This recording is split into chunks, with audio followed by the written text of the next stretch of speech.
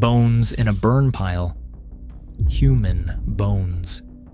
Detective Daniel Hayes had worked homicides in Cherokee County, Georgia for years, but he'd never received a call quite like this one.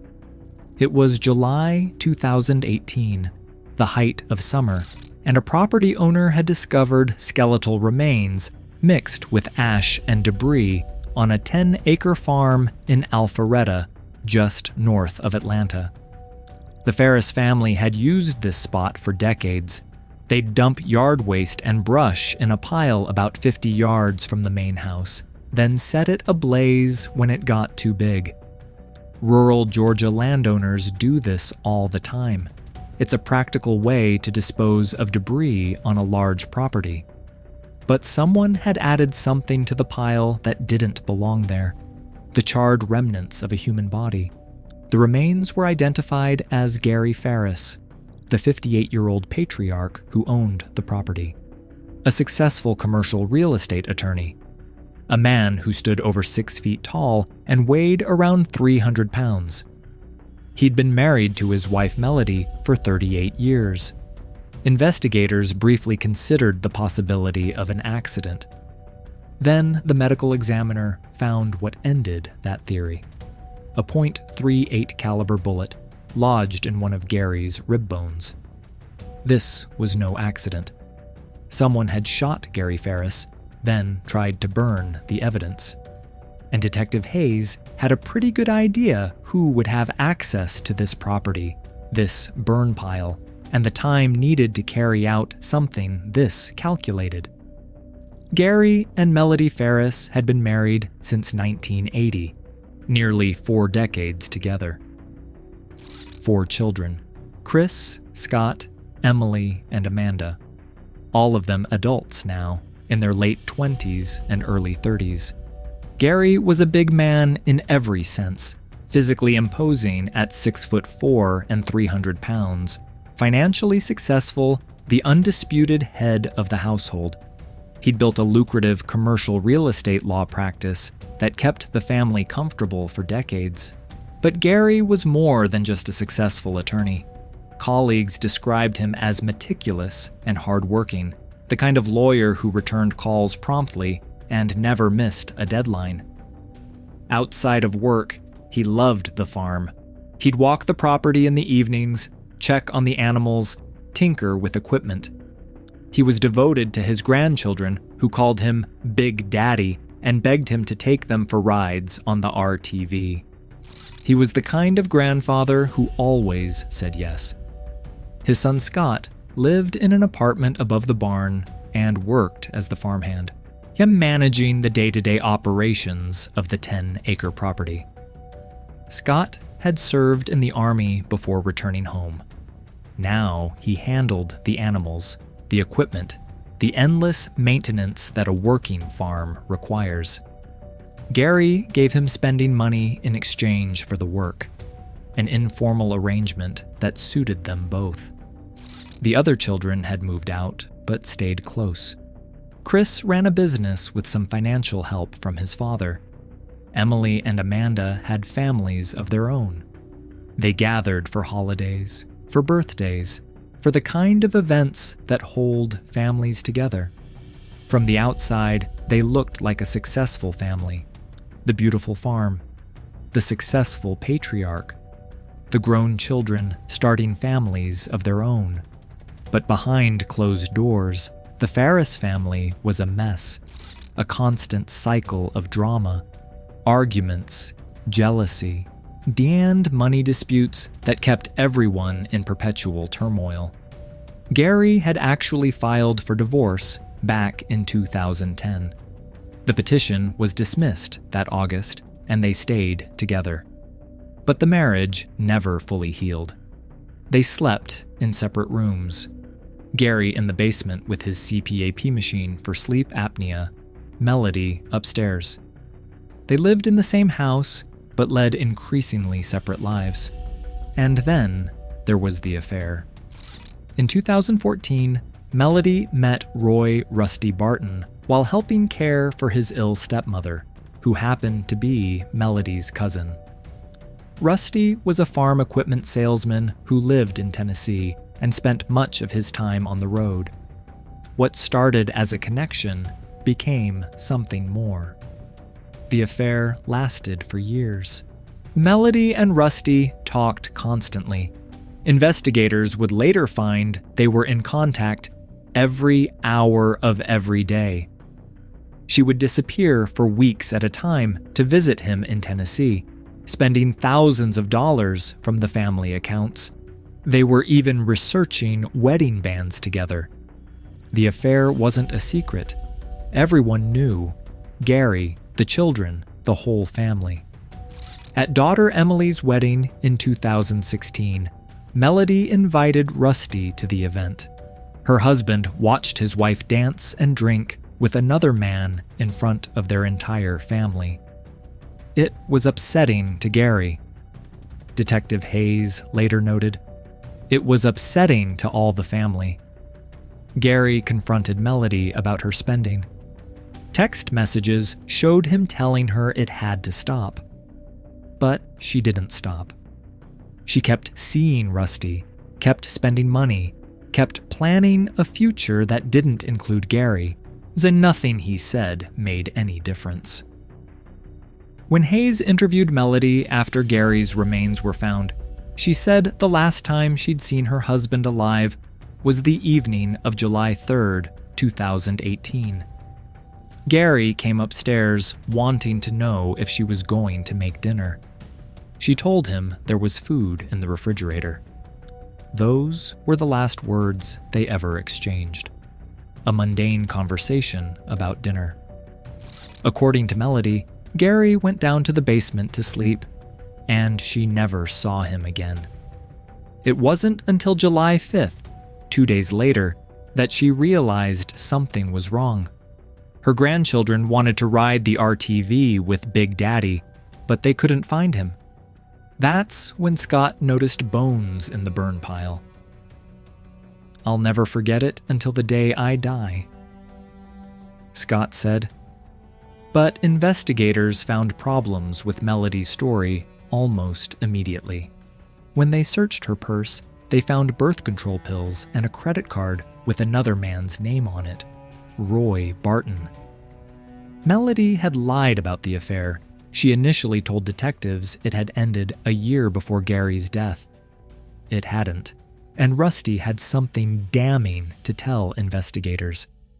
In the early morning hours of July 4th, 2018, a day and a half before Gary's body was found, Melody called Rusty. At the end of the conversation, she said something that stopped him cold. "He is in the burn pile." Rusty told investigators he immediately cut her off. "Do not say another word, and do not tell me anything." At that point, only the killer could have known Gary was on the burn pile. His body wouldn't be discovered for another 36 hours. The fire had done its work. The remains were barely recognizable as human. Investigators found blood evidence throughout the house. Drops on the kitchen floor, on the stairs leading to the basement, and on the basement floor itself. Testing confirmed it was Gary's blood. They also found a second .38 caliber bullet on the basement floor. The evidence told a story. Something happened upstairs, then progressed down the stairs and into the basement, where Gary was shot. Then his body was somehow moved 50 yards to the burn pile. But how? Melody weighed about 130 pounds. Gary was a 6'4", 300-pound man. The farm had equipment, a tractor with a front loader bucket, and an RTV capable of hauling significant weight. Melody admitted she knew how to operate both. Investigators found Gary's blood on the step of the tractor. Detective Hayes walked through the scenario. Melody could have used the tractor's bucket to transport Gary's body. Either vehicle was capable of moving 300 pounds. They also found something troubling. Scott mentioned that he'd recently seen a pistol in the basement that was now missing. A .38 caliber pistol. The murder weapon had vanished. During the trial, Melody's cousin testified that her own .38 special handgun had gone missing sometime after her husband died in 2014. Melody had been helping care for her cousin's husband before he passed. The timing was damning. Scott Ferris had been living in the apartment above the barn for years. He saw things the other children didn't see. The daily rhythms of his parents' deteriorating marriage, the arguments, the silences. And he noticed something strange in the days before Gary vanished. 3 days before the body was discovered, Scott witnessed his mother come out of the house with a plate in her hand, screaming and cursing. She threw the plate against the wall, shattering it, and yelled, "I can't wait till that man's dead. I can't wait till I don't have to live with him anymore." Gary himself pulled out his phone and recorded video of the broken plate shards. Maybe he sensed something was wrong. 3 days later, he was dead.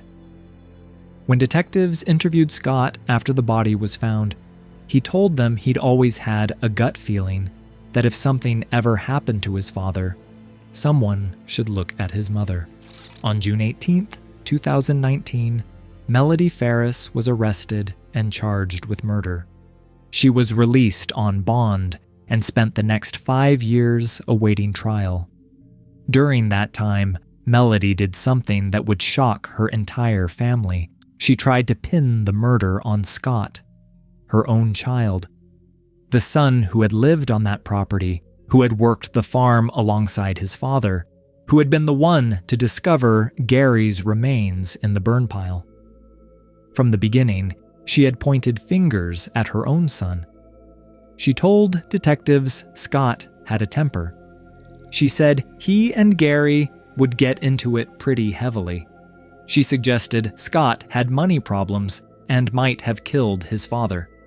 But investigators found no evidence linking Scott to the murder. His hands tested negative for accelerants. He had an alibi for most of the critical time period. The trial began in October 2024, more than 6 years after Gary's death. The delays had been frustrating for Gary's family, who had waited years for their day in court. Prosecutors called 37 witnesses over 15 days.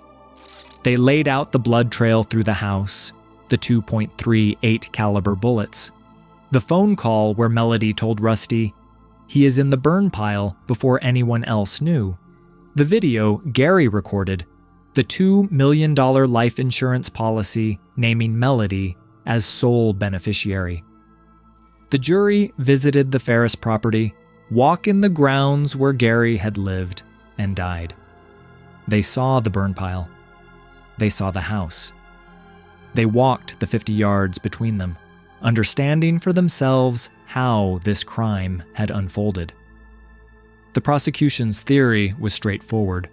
This was about money and control.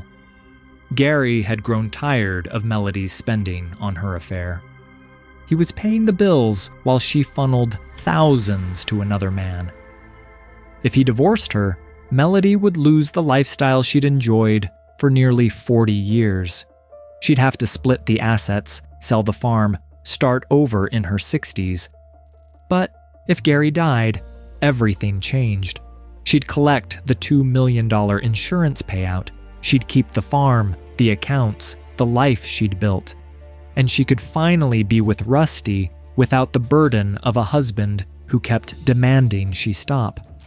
She'd already been telling people she couldn't wait for Gary to be dead. Prosecutors argued she'd made it happen. The defense countered that Scott was the real killer. They pointed out he was the only family member who owned .38 caliber ammunition. They argued investigators had confirmation bias, but there was a problem with blaming Scott. no physical evidence connected him to the crime. His barn apartment was never even searched for blood because investigators didn't consider him a serious suspect. And Melody had told Rusty that Gary was in the burn pile before anyone else knew. How would she have known that if Scott was the killer? On November 4th, 2024, after 21 days of trial and hours of deliberation, the jury found Melody Ferris guilty on all counts. Malice murder, felony murder, aggravated assault, concealing the death of another, making a false statement.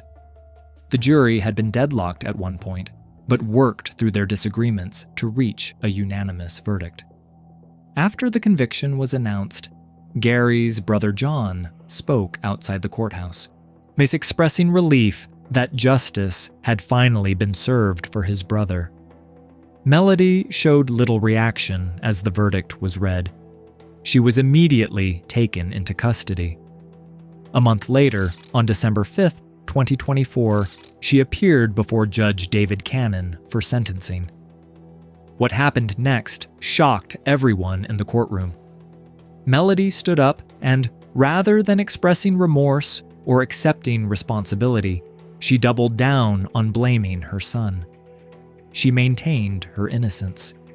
She begged the judge to act as the 13th juror and throw out the conviction. "I know that in my heart, body, and soul who did this," she said. "And I am begging for help. I'm begging you, Judge Cannon. Please do not send me to prison for something I didn't do." She expressed regret for not testifying at trial, saying she'd spent 6 years being told by lawyers not to talk. "I did not do this," she insisted. "If I had done this, I would take this charge gladly." Scott was in the courtroom. He looked stunned. His mother had just thrown their father into a burn pile 6 years ago. Now she was throwing her son under the bus at her sentencing hearing. The judge sentenced Melody Ferris to life in prison with the possibility of parole after 30 years. She also received 5 years for concealing Gary's death and 5 years for making false statements, to run concurrently. She was 64 years old at sentencing. If she serves the full 30 years before parole eligibility, she'll be 94. For all practical purposes, it's a life sentence. She'll likely die in prison, still insisting her son did it. Gary Ferris was a successful attorney, a father of 4, a man who had built a comfortable life for his family on a beautiful Georgia farm. His wife of 38 years shot him, moved his body to a burn pile, and set him on fire. Then she spent 6 years blaming their son for the murder. Even at her sentencing, Melody couldn't stop. She couldn't accept responsibility. She couldn't acknowledge what she'd done. She just kept pointing at Scott, insisting he was the real killer. Scott has maintained his innocence throughout. The jury believed him. The evidence supported him. His mother's accusations were the desperate deflections of a convicted murderer, trying to escape justice by sacrificing her own child. What's left of the Ferris family is scattered now. 4 children who lost their father to violence and watched their mother try to frame one of them for it. Grandchildren who will grow up knowing what happened on that farm. Gary recorded video of the smashed plate, the one Melody threw against the wall, while screaming that she couldn't wait for him to die. He must have sensed something was wrong. Maybe he thought the recording would protect him somehow. 3 days later, his body was burning on a pile of brush, 50 yards from his own house. Some people keep evidence of their spouse's rage as insurance, hoping it will protect them if things go wrong. For Gary Ferris, that evidence arrived too late to save him, but just in time to help convict his killer.